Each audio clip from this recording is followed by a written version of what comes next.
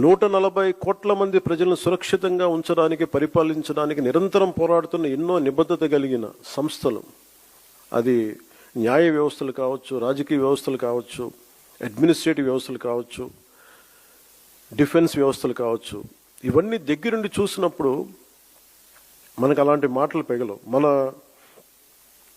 తమ ప్రాంతాల్లో, మన రాష్ట్రాల్లో ఉండి పెద్ద పెద్ద మాట్లాడే నాయకులందరూ కూడా ఇక్కడికి వచ్చినప్పుడు ఢిల్లీ తాలూకు ఈ గాఢతను చూసిన తర్వాత ఈ దేశం యొక్క సమగ్రతని అర్థం చేసుకుంటారు. మీరు ఇండియా గేట్కి వెళ్తే ఈ దేశాన్ని ఏకతాటిపై ఉంచడానికి సైనికులు చేసిన త్యాగాలు మనకు అర్థమవుతాయి.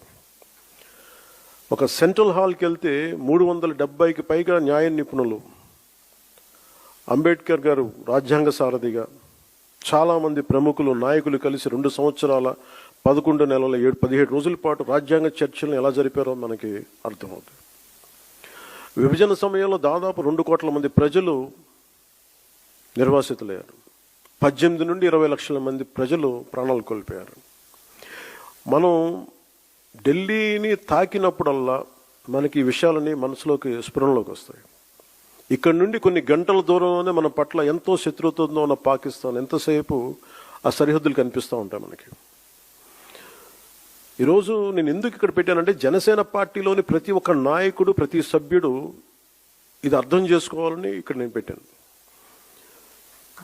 అంటే ప్రాంతీయతని విస్మరించని జాతీయవాదాన్ని అర్థం చేసుకోవాలంటే ఎక్కడో మనం కూర్చొని హైదరాబాదు, మంగళగిరి, ఢిల్లీ, ఆంధ్ర, తెలంగాణలో కాకుండా ఢిల్లీ రాజధాని కేంద్రంగా చేసుకొని మాట్లాడితే దాని గాఢత అందరికీ అర్థమవుతుంది, మన బాధ్యత కూడా తెలుస్తుందని ఈ సమావేశం తాలూకు ముఖ్య ఉద్దేశం.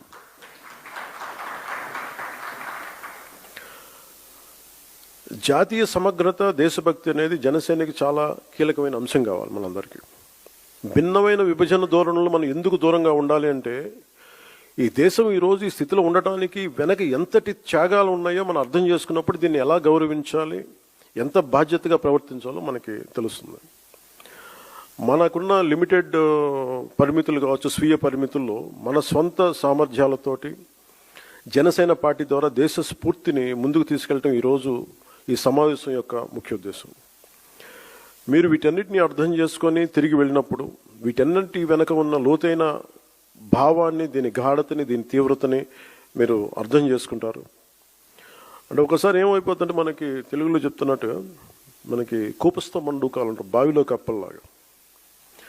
మన నేల మీదే కూర్చొని మాట్లాడి మన పరిమితులతో ఉండే, అంటే మన గీసుకున్న గీతల మధ్య మాట్లాడితే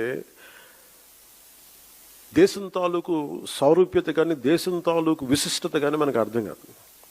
అందుకని మన స్వంత సరిహద్దులకి, మనం గీసుకున్న సరిహద్దులకి